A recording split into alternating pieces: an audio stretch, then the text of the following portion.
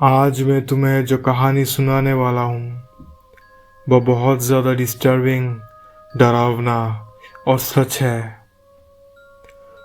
क्या तुम्हें डर नहीं लगता? क्या तुम्हें रात को अच्छी नींद आती है? तो इस वीडियो को देखने के बाद नींद कभी नहीं आएगी। क्या तुम ब्लैक मैजिक, विचक्राफ्ट या कर्सेस पर भरोसा करते हो? अगर नहीं तो इस वीडियो को एंड तक देखो, भरोसा हो जाएगा। इस चीज़ की शुरुआत बहुत पुरानी है। It takes place in the late 1800s जब थॉमस ऑटो और उसकी फैमिली एक मैंशन में मूव इन करते हैं। यह मैंशन, जिसको अभी आर्टिस्ट हाउस के नाम से जाना जाता है, was located at the corner of Eaton and Simonton Streets in Key West, Florida. The Ottos were wealthy, so they kept servants. ये ऑटो फैमिली अपने सर्वेंट्स के साथ बहुत सख्ती से पेश आते थे। कभी कभी तो उनको मिसट्रीट भी करते थे।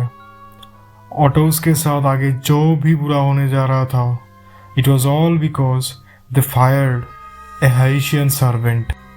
ये हाइशियन औरत को हायर किया था थॉमस ऑटो ने to take care of his son Robert. लेकिन एक दिन मिसेस ऑटो उस औरत को बैकयार्ड में ब्लैक मैजिक प्रैक्टिस करते हुए देख लिया था, and then she fired the woman. लेकिन जाने से पहले उस औरत ने रॉबर्ट को एक लाइफ लाइक डॉल दिया था। The doll was 3 feet tall, had buttons for eyes, human hair, जो कि रॉबर्ट का था और स्ट्रॉस से भरा हुआ था। This is where all the darkness befell on the Otto family.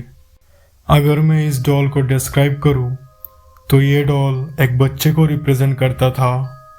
उस टाइम ऐसे डॉल्स मिलते तो थे, लेकिन this one proved to be special. Robert named the doll after himself और उसको खुद के कपड़े भी पहनाता था। The doll even had a seat in the dinner table, जहां रॉबर्ट डॉल को खाना भी खिलाता जब उसके पेरेंट्स नहीं देख रहे होते। रॉबर्ट का उस डॉल के साथ ऑब्सेशन बढ़ता जा रहा था। वो डॉल को अपने साथ ही रखता था और सिटीज में शॉपिंग ट्रिप्स पर लेके जाता था। वो सोने के टाइम भी डॉल के साथ सोता था। This way, the doll became his trustworthy companion. लेकिन ये innocent सा relationship was going to turn into something very evil. ये obsession बहुत ही अजीब हो रहा था, क्योंकि कुछ दिन बाद रॉबर्ट खुद को अपने मिडिल नेम जीन नाम से पुकार रहा था। जीन ने अपनी मम्मी को बताया कि रॉबर्ट अब से डॉल का नाम है, उसका नहीं। Jean was often heard in his toy room having conversations with Robert, the doll.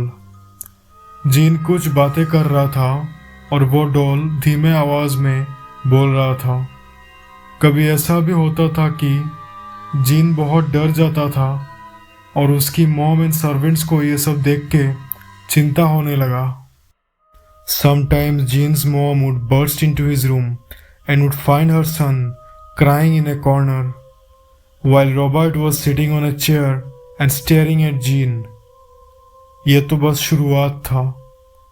घर के सामान इधर उधर फेंके हुए मिलते थे। जीन के खिलौने टूटी और कटे हुए मिलते थे। And an evil laughter could be heard echoing in the house. और जब ये स्ट्रेंज एक्टिविटीज होता था, जीन हमेशा यही बोलता कि ये सब रॉबर्ट का काम है। जीन को इन सब चीज़ों की पनिशमेंट मिलता था, but he always insisted that it was Roberts fault. और जैसे शैतानी बढ़ते गया, इन सब अजीब इंसिडेंट से परेशान होके और डर के वजह से more and more servants took their leave as new ones were hired. The Otto family was suffering greatly now. अब उनको लगा कि बहुत हो गया, अब कुछ तो करना पड़ेगा to solve the problem. Thomas Otto had an aunt जिन्होंने बोला कि ये डॉल कर्स्ड है by the use of witchcraft and ये इनको शांति से जीने नहीं देने वाला। इसे मुक्ति पाने के लिए डॉल को इन्होंने एक ग्लास बॉक्स में बिठा के एटिक में बंद कर दिया। This is where he resided for many years. After a couple of years of this incident, Gene's dad passed away and Gene got the boyhood home.